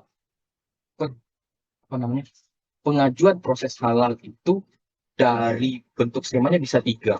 Pertama, dia bisa baru, lalu bisa perpanjangan, dan bisa pengembangan. Nah, kalau perpanjangan masih kalau baru oke, kita baru pertama kali. Kalau perpanjangan oke, kita kalau sertifikat halal kita habis perpanjang. Nah, yang terakhir ini yang terkadang jarang disinggung, yaitu pengembangan. Pengembangan ini biasanya adalah misalkan ada bahan-bahan baru yang kita tambahkan, yang belum kita laporkan di SJPH kita sebelumnya. Nah, ini ada surat permohonan khusus yang dimintakan oleh BPJPH. Gitu. Jadi ada ini, dan ditandatangani oleh penyelia. Ditandatangani oleh penyelia. Jadi itu 3. Nah, ini tadi sudah. Kalau yang ini sudah, ya, sudah selesai. Nah, itu mungkin Bapak Ibu yang bisa saya indikan. Mungkin ada yang mau didiskusikan. Silakan. Kalau ada yang cerita. Ya, silakan. Saya pemegang dari SPPG di Solo ya Pak. Kalau SPG ini jatuhnya ke reguler apa ke Kalau SPPG ke reguler. SPPG reguler. Karena kalau sederhananya begini, self declare itu adalah usaha-usaha yang sederhana yang bahannya memang sudah tidak kemungkinan dia tidak halal tuh hampir tidak ada. Itu biasanya kayak tadi mungkin ada bapak-bapak ibu-ibu yang cuma jualan lotek gitu. Nah, itu masuk self declare. Jualan lontong, nah itu masuk self declare. Tapi kalau levelnya SPPG itu sudah masuk reguler, karena di situ sudah banyak sekali pengolahannya. Bahkan ya tempatnya itu tadi itu perlu di itu mungkin. soalnya di depan penaftarannya ke UMK ini UMK. Iya, UMK itu juga bisa ke reguler. Iya, UMK juga bisa ke reguler. Tidak harus dia di self declare nanti sebetulnya. Jadi kita melihat dia self declare atau reguler memang dari apa yang diusahakan ini, bagaimana prosesnya berjalan di situ gitu. Kalau prosesnya sudah mengandung banyak titik kritis, jangankan banyak, ada titik kritisnya saja itu sudah dimasukkan ke reguler. Apalagi titik kritisnya sudah sangat banyak. Nanti saya kan dua ya Pak ya, dua, satu SPPG, satu resto. Oh, resto. Nah, jadi yang terakhir di sini saya kan jatuhnya penyelia, berarti Iya. bisa buktinya nanti dua laporan juga. Oh, bisa, bisa. Kalau itu bisa Bu, karena gini, berdasarkan apa Kepkaban ya, itu keputusan keputusan kepala badan BPJPH, penyelia itu boleh dari ini. Jadi misalkan ibu misalkan mendaftar jadi dari penyelia dari resto misalkan gitu. Tapi nanti juga menjadi penyelia di SPPG itu boleh. Kalau berdasarkan aturan sih boleh. Tapi memang direkomendasikan. Saya pernah dapat informasi ini juga dari internal BPJPH. Untuk usaha-usaha yang besar itu memang direkomendasikan penyelia ini orang internal. Memang direkomendasikan itu. Tapi kalau kita mengacu kepada Kepkabannya, itu boleh, boleh saja, bisa saja. Makanya tadi penyelia ini dia bisa dia profesional sendiri sebetulnya. Misalkan jadi dia membantu 3 unit usaha itu bisa-bisa saja gitu. Tapi SJPH-nya tetap 2 pasti nanti gitu. Manual SJPH-nya tetap 2, satu SJPH untuk resto dan satu lagi untuk SPPG. Ada lagi. Bapak-bapak, ibu-ibu yang di room mungkin ada yang boleh kalau ada pertanyaan. Iya, silakan Bapak Natapol. Ya, Bapak, Assalamualaikum. Saya nama Natukun dari Thailand, Bapak. Saya ada pertanyaan kalau untuk produk gula sukar ya, yang yang akan ke ekspor ke Indonesia ya. Apakah perusahaan wajib memiliki halal supervisor di tempat produksi? Selain itu, dalam proses produksi gula, tahapan mana saja yang harus diperiksa dari aspek halal dan titik kritis halal critical point, apa saja yang perlu mendapat perhatian khusus ya Pak. Makasih. Oke, baik Pak Antopol. Jadi untuk sugar Ya. Kalau untuk sugar atau gula itu kan sebetulnya sudah satu produk, Pak. Sudah satu produk. Jadi untuk dokumen pembuktian halalnya itu kalau kita punya, pertama kita perlu satu dulu. Ini yang pertama yang harus kita punya dulu adalah sertifikat halal. Karena kan itu dia sudah produksi sendiri, dia produsen sendiri gitu.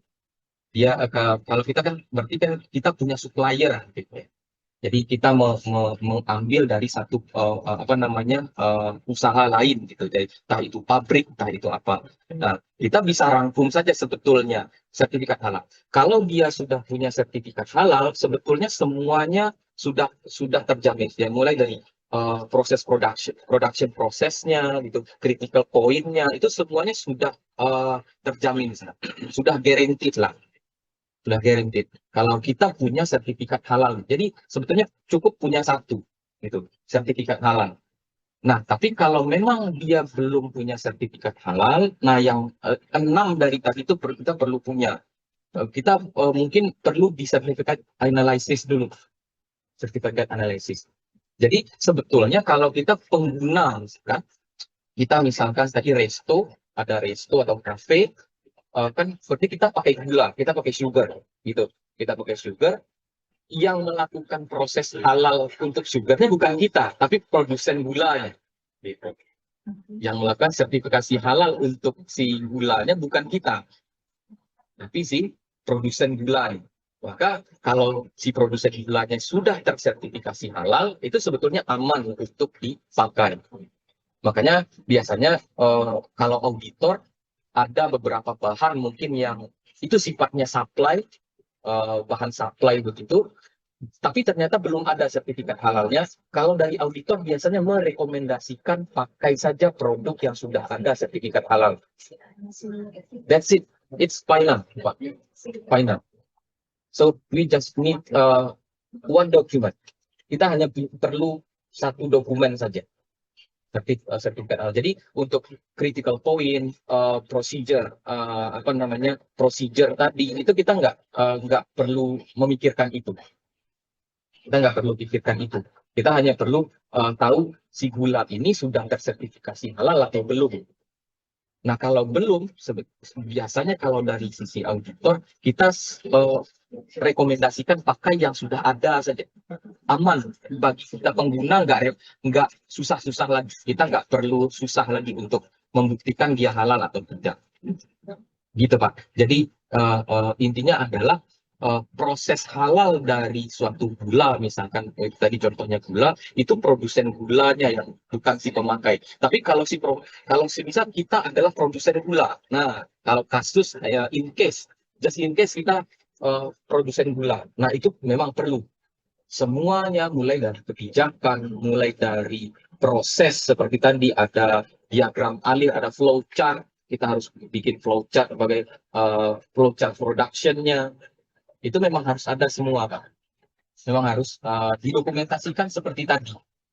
Tapi kalau in case kita produser, kita produce ya, kita memproduksi itu. Tapi kalau kita pemakai, amannya pakai saja yang sudah ada sertifikat halalnya. Maka nanti pada saat kita membuat bahan, daftar bahan, kita gampang. Kita tinggal ambil copy paste nomor sertifikat halalnya dari website BPJPK. Begitu mungkin. Bisa diterima, Pak? Atau ada ini? Silakan. Saya Pak, saya Ya, dari baik. Thailand juga. Oke. Ya, apakah peralatan yang terkontaminasi najis balat halus langsung diganti dengan yang baru, Pak? Oh, oke, baik. Yang Apakah kedua, Pak, ada dua tanya. ya, Apakah proses di pengajuan izin kosmetik untuk dipasarkan di Indonesia sama seperti produk makanan atau ada perbedaan? oh, oke, sip. Ya, Baik. makasih, Pak. Oke, ya. Pertanyaan yang pertama adalah apakah peralatan atau instrumen yang terkontaminasi najis berat harus langsung diganti? Kalau kata-katanya diganti, tidak harus diganti, Pak. Tidak harus diganti. Tapi harus disucikan sesuai aturan syariat. Kalau dia terkontaminasi, misalkan babi, misalkan gitu terkena kontaminasi silang, misalkan ditemukan misalkan dari hasil analisis ada DNA babi misalkan di dalam alat penggilingan kita. Misalkan kita memang pasar kita dua, Muslim dan non Muslim. Tentu kita punya dua bahan seperti tadi, Mas. Punya dua bahan, punya dua instrumen yang bisa saja makanya tadi perlu dibuatkan denah. Nah, kalau dia letaknya berdampingan atau bersebelahan, misal terjadi kontaminasi silang, terbukti di dalam analisis yang diminta oleh auditor, misalkan cek dulu ke lab, ternyata ada DNA babi di tempat yang halal, gitu. Nah, itu tidak harus diganti. Kalau pertanyaannya harus diganti, tidak harus diganti. Tapi harus dilakukan pensucian sesuai aturan syariat. Kalau memang dia babi berarti harus 7 kali, salah satunya dengan tanah. Nah, jadi puncak kita tuh sebetulnya adalah kriteria halal haramnya di dalam Islam memang. Bagaimana Islam itu memagari proses halal haram ini. Kalau di sini nanti terjadi kontaminasi, bagaimana prosesnya? Kan ada proses pencucian itu diajarkan di dalam Islam. Jadi pertanyaan pertama, kalau harus diganti itu kita harus ganti dengan the new one, itu nggak harus. Itu nggak harus kalau untuk diganti. Tapi harus disucikan sesuai aturan syariat. Tapi nanti itu akan dipantau juga. Itu harus dilaporkan. Proses itu dilaporkan nanti ke badan sertifikasinya. Nah, lalu yang kedua adalah apa tadi, Pak? Yang kedua saya agak lupa. Yang pertama tadi dengan makanan apakah ada perbedaan? Oh, yang ini ya, untuk impor yang mau diekspor ke Indonesia gitu ya. Untuk yang diekspor ke Indonesia, apakah ada perbedaan dalam sertifikasinya ya? Tidak, memang regulasinya tuh sama. Kalau secara regulasi sama untuk apa namanya bahan-bahan impor ini. Nah, kan kalau misalkan di Thailand misalkan, mungkin Thailand tidak langsung, mungkin misalkan BPJPH belum punya LPH sendiri di Thailand. Saya belum tahu infonya. Tapi kalau di Korea, UNP punya. Kalau di Korea ada, UNP sudah buka ini di sana. Ada. Tapi kalau di Thailand saya belum dapat info. Nah, kalau di Thailand mungkin nanti itu mengikut kepada prosedur lembaga yang ada di Thailand sendiri prosedurnya. Nah, kita di sini sebagai penerima produk itu kita akan melihat sertifikat halal gitu. Sertifikat halalnya. Ada nggak produk yang diimpor ke Indonesia itu ada sertifikat halalnya tidak? Nah, sertifikat halal itu tidak harus dikeluarkan oleh BPJPH Indonesia. Seperti tadi, bisa saja dikeluarkan oleh lembaga yang ada di Thailand, tapi dengan syarat adalah lembaga di Thailand ini sudah harus bekerja sama dengan BPJPH. Gitu, Pak. Jadi sebetulnya kita cukup dapat satu saja. Nah, kalau prosedurnya itu sama semua. Itu sama semua. Begitu mungkin, Pak. Pak. Ya, silakan Pak Natapol, please.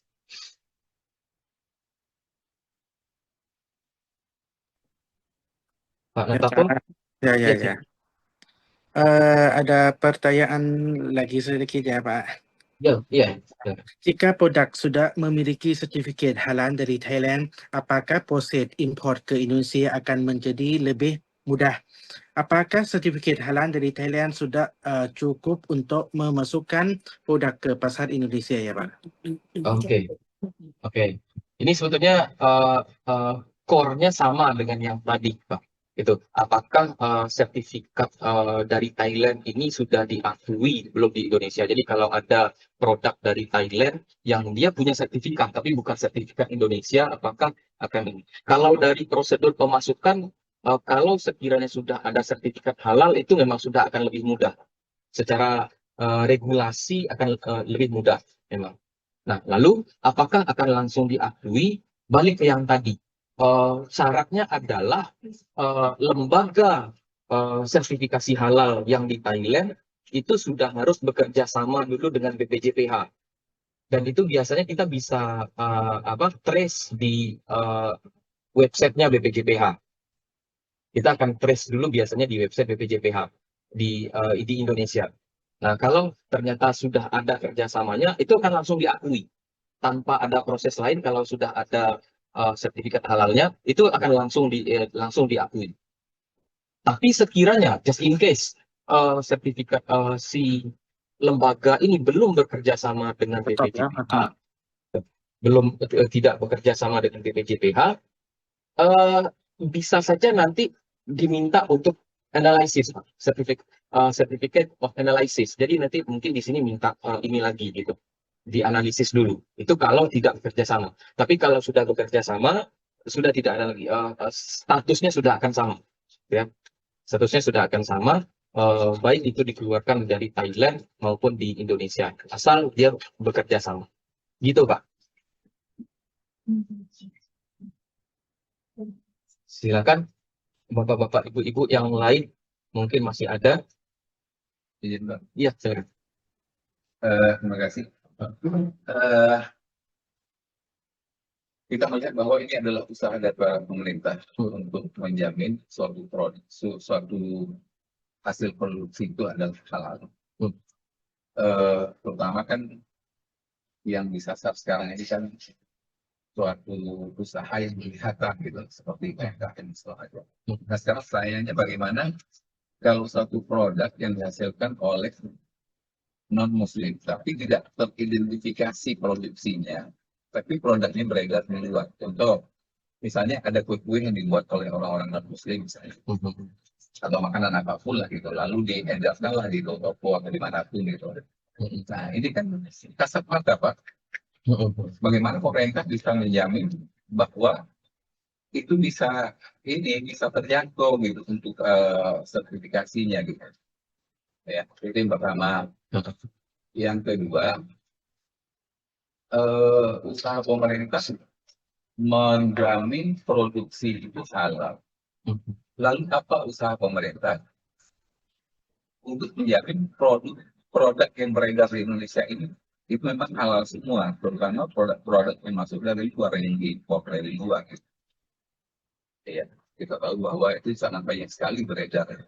Kenapa kok bisa begitu bebas masuk? Apakah nggak ada penyaringan, nggak ada apa filternya, nggak ada pembatasan? Nah, yang ketiga, Pak, maaf, ini mungkin agak sedikit apa? Suatu makanan yang dihasilkan terutama itu udah diusahakan untuk halal. Lalu si pembelinya apakah ini membeli dengan uang halal? Bagaimana kira-kira itu? Termasuk diantaranya apakah ada usaha pemerintah untuk mensosialisasi kepada pejabat-pejabat atau orang yang terima gaji siapapun itu supaya gaji diterima itu betul halal gitu, dan korupsinya korupsi halal gitu, walaupun ada korupsi ya seperti contoh, karena korupsi ini kan macam-macam Pak ya, masuk jam kerjanya jam 8 tapi masuk jam 9 itu juga korupsi juga satu jam ya, bukan hanya dalam bentuk uang materi juga gitu. Lalu uang yang diperoleh itu dibeli makanan kita yang kita usahakan sudah bersertifikat halal, ini apakah halal juga bagi mereka? Karena saya melihat tidak ada, seolah-olah tidak ada usaha pemerintah mensosialisasi kepada pejabat-pejabat, oh begini cara korupsi yang halal, begini cara yang nggak halal. Itu nggak ada kelihatan, karena apa? Korupsi itu tumbuh merajalela gitu.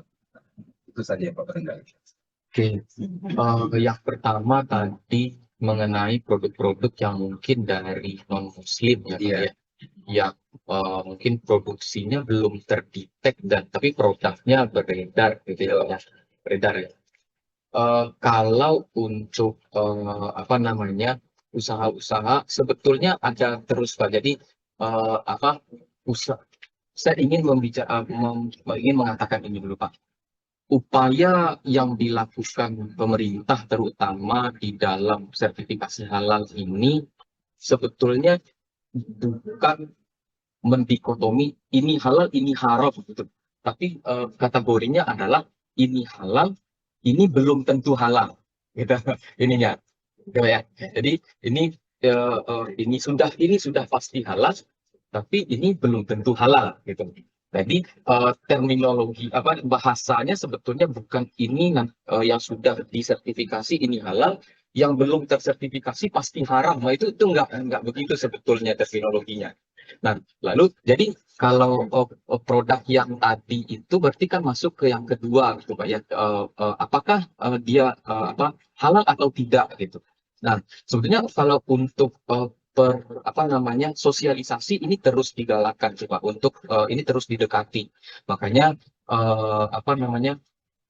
ya tapi bagaimana pemerintah nanti mengkat yang seperti itu tentu kita tidak tahu. Yang ikan tentu nanti yang terbukti haram, itu yang betul-betul dikat. Nah, tapi untuk yang masih abu-abu begini, ini biasanya didekati persuasif dulu untuk mendaftarkan sertifikasi halal. Misalnya begitu kalau untuk yang ini. Jadi kita terutama di UMV juga di Halal Center UMV, nah itu terus juga melakukan sosialisasi dan mengajak secara persuasif untuk semua usaha, terutama karena nanti begini, ada yang menarik juga yang harus dipahami. Yang betul-betul harus disertifikasi halal itu sebetulnya ada 4 bagian, yaitu semua usaha yang berkaitan dengan makanan, minuman, obat, dan kosmetik. Nah ini nih, kalau nanti semuanya ini memang harus dilakukan. Jadi kita di halal misalkan kita akan prioritaskan yang ini dulu. Karena untuk jasa pun nanti Pak, karena kan tadi ada 7 produk, 1 barang gunaan dan 7 jasa. 7 jasa ini sebetulnya harus berkaitan dengan 4 tadi. Jasa yang berkaitan dengan makanan, minuman, obat, dan kosmetik gitu. Ya, jadi kalau di kita ini dulu yang kita kejar. Kita sosialisasikan ke yang ini dulu. Kalau dia memang berkaitan dengan makanan, minuman, obat, dan kosmetik, nah kita pergi ke sana. Lagi-lagi tadi labelnya adalah kalau dia belum punya halal, dia adalah belum halal, bukan belum halal, belum tentu haram begitu ya. Belum tentu haram. Jadi kita pendekatan gitu Pak. Itu juga kita lakukan melalui teman-teman di LP3H yang beberapa waktu lalu saya juga sudah lihat beberapa pergi ke tempat-tempat usaha gitu Pak yang belum terdetek. Nah, Jadi dari kalau yang akan betul-betul di-cut mungkin ya adalah yang betul-betul terbukti haramnya atau membahayakan, karena kan yang di dalam yang yang positif list itu kategori ketiganya adalah barang yang tidak berbahaya dan tidak mengandung yang haram gitu. Jadi, itu yang pertama mungkin Pak kalau dari saya. Lalu yang kedua tadi produk yang impor ya Pak ya.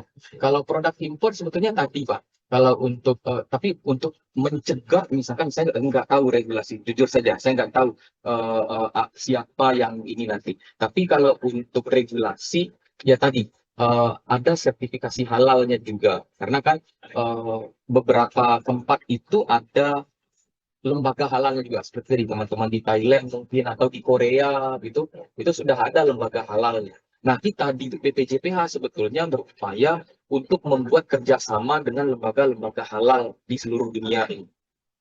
Nah, dan tidak tertutup juga kita yang pergi ke sana, seperti yang dilakukan halal UMP. Kita buka LPH di Korea. Beberapa waktu yang lalu Pak Miftah sama Pak Profesor Irwandi itu pergi ke Korea, kita sudah buka di Korea. Jadi orang Korea tuh bisa mengajukan sertifikasi lewat kita di UMP. Nah, itu. Jadi, intinya tadi itu dari 7 dokumen itu, kalau sertifikat halalnya sudah ada, itu berarti 5 ini tuh sudah dikatakan terpenuhi. Gitu. Jadi sebetulnya kalau kita yang di dalam negeri, kita tinggal lihat saja betulkah produk ini ada sertifikat halalnya atau tidak. Atau misalkan Bapak Ibu pernah ke supermarket gitu, ada minuman mungkin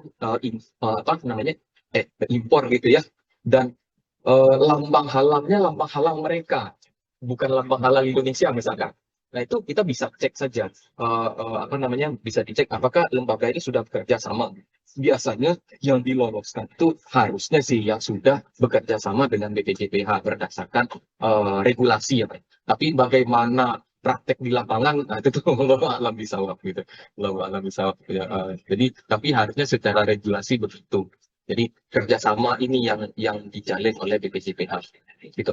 Lalu tadi himbauan kepada pegawai-pegawai untuk juga berbelanja dengan yang halal. Ya itu iya. Tapi saya kira hanya perimbangan aja. Iya. Perimbangan artinya apa sebenarnya? Jangan hanya suatu produk yang dihasilkan secara halal, tetapi proses pembeliannya juga harus secara halal. Gitu. Iya betul, iya. Harusnya betul-betul sampai ke dalam tuh halal ya Pak. Iya. Itu juga seimbang. Iya. Seimbang, ya kan Bu ya. Tentu saja kita siapkan barang-barang ini dengan cara halal, tapi dibeli dengan uang dengan uang haram. Berarti gini Pak, contohnya kayak saya pernah ke resto ya, saya nggak mungkin, ini warnanya halal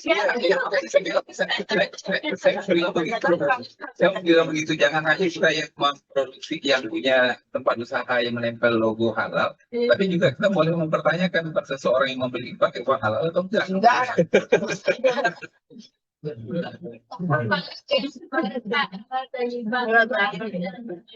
Ya betul Bu.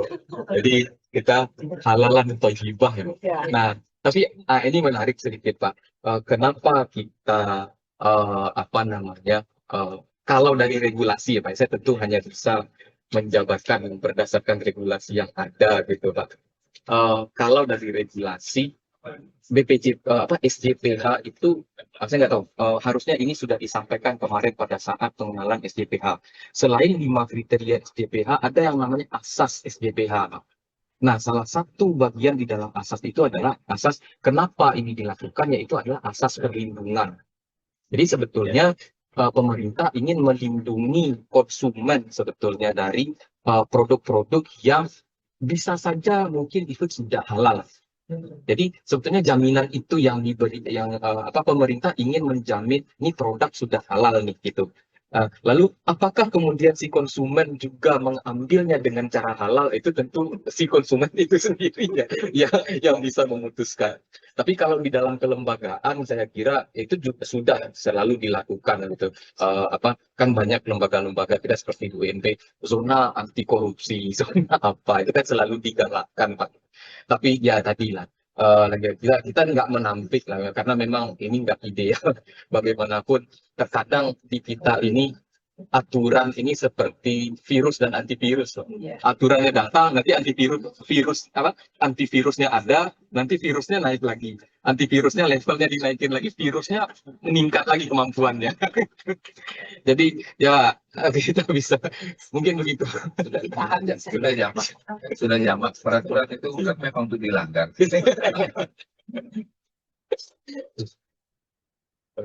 Ya. Ada lagi mungkin bapak-bapak, ibu-ibu tadi yang saya paham sih, saya sudah lewat ya, bukan? Ya, Siapa namanya? Irma tadi mana? Ada Irma. Gimana sudah? Ini sepertinya sudah. Ini. Oke.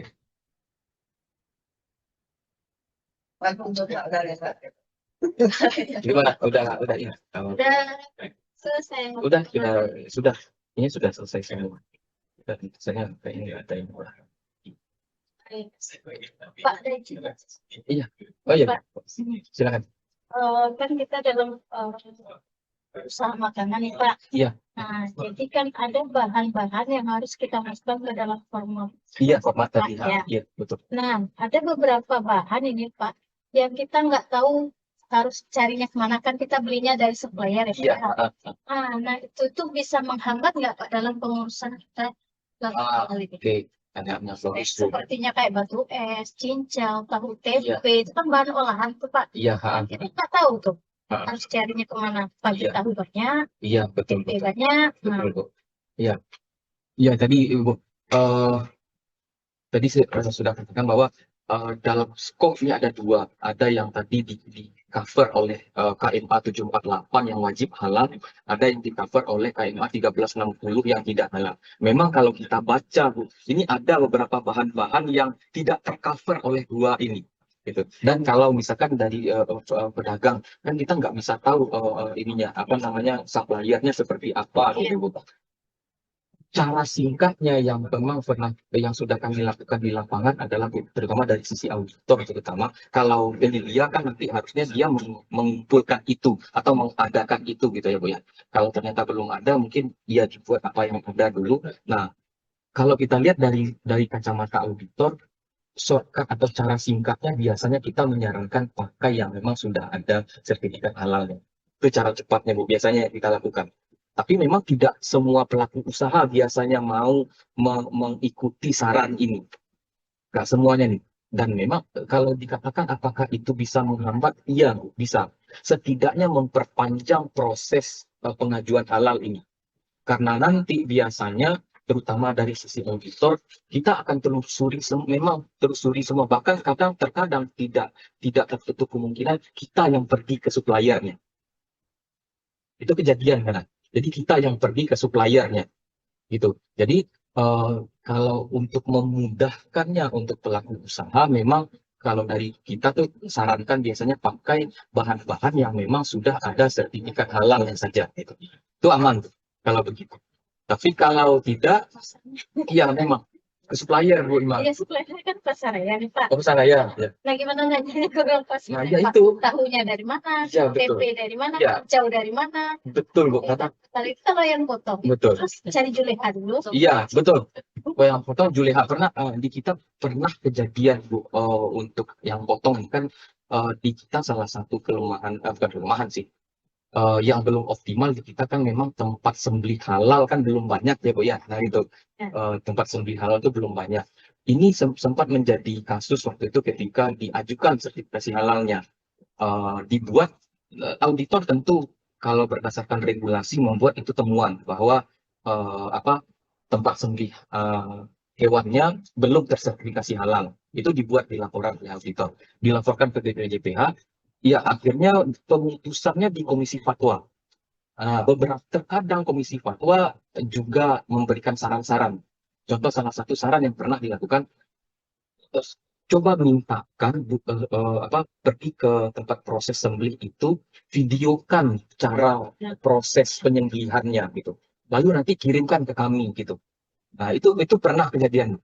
Jadi kita si tempat penelitiannya nggak ada, begitu diminta sama Komisi Fatwa, dipenuhi oleh pelaku usaha, dan ternyata alhamdulillah lolos. Alhamdulillah lolos.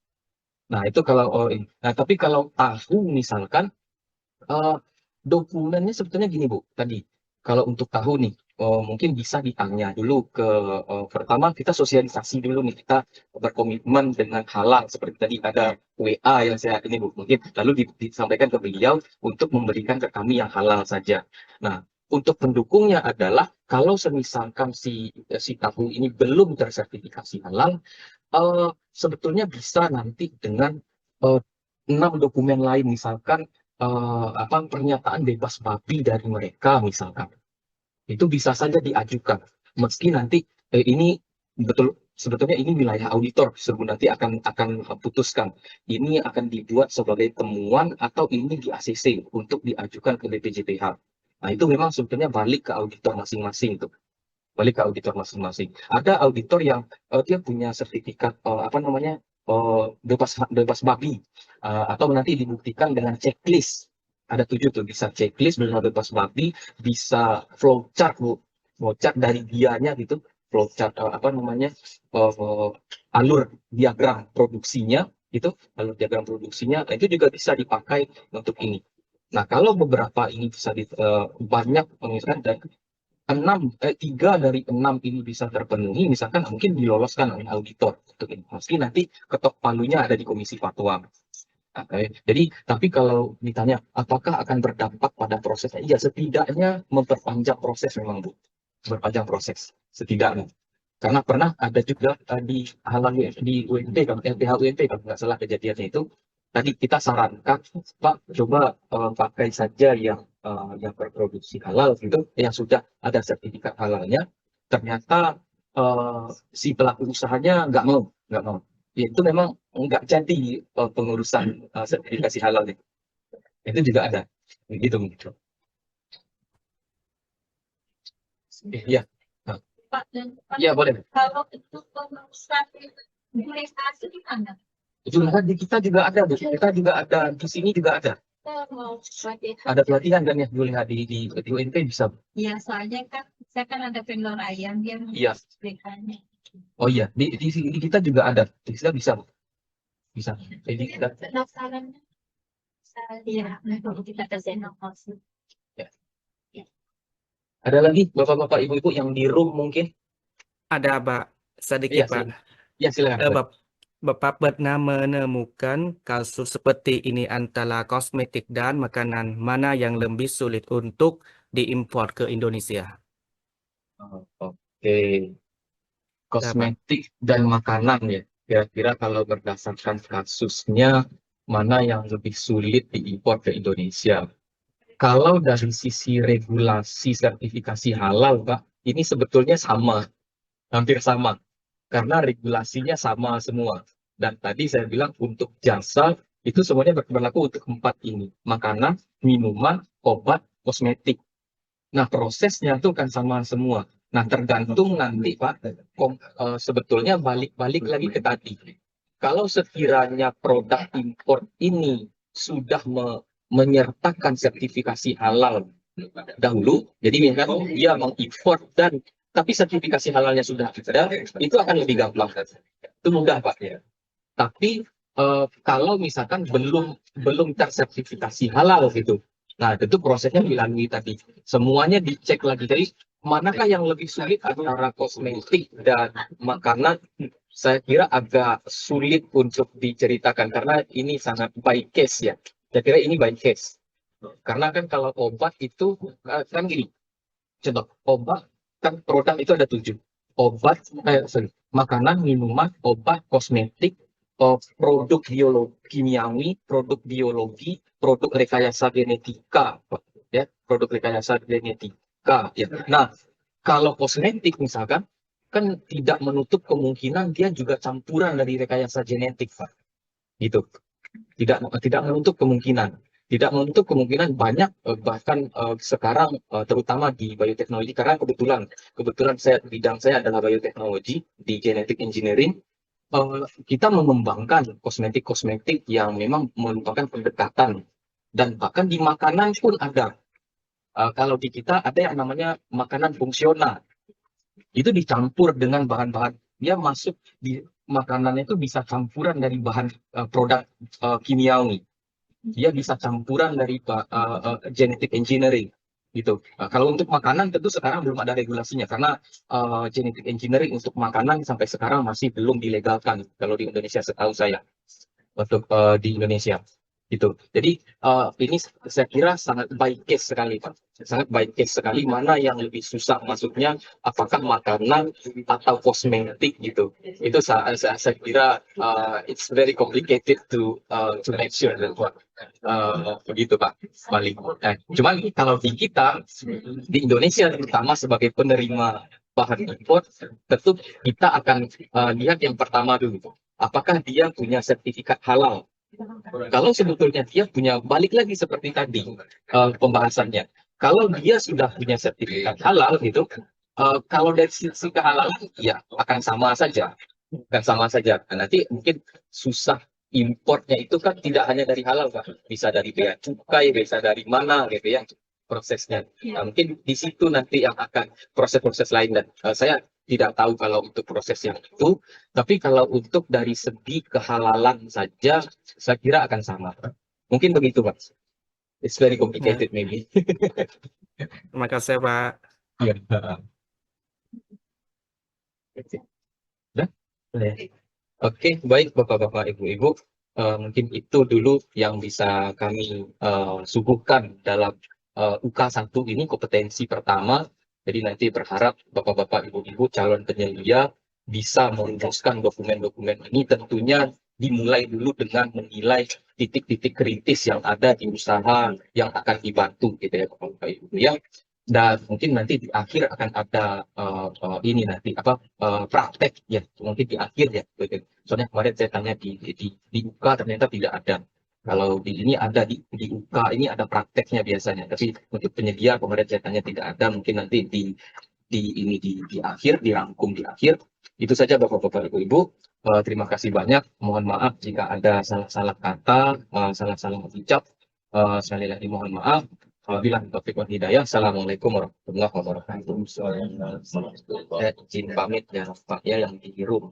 Izin live Pak. Ya, Pak. Oh, iya, terus. Udah, Pak. Ya, Pak.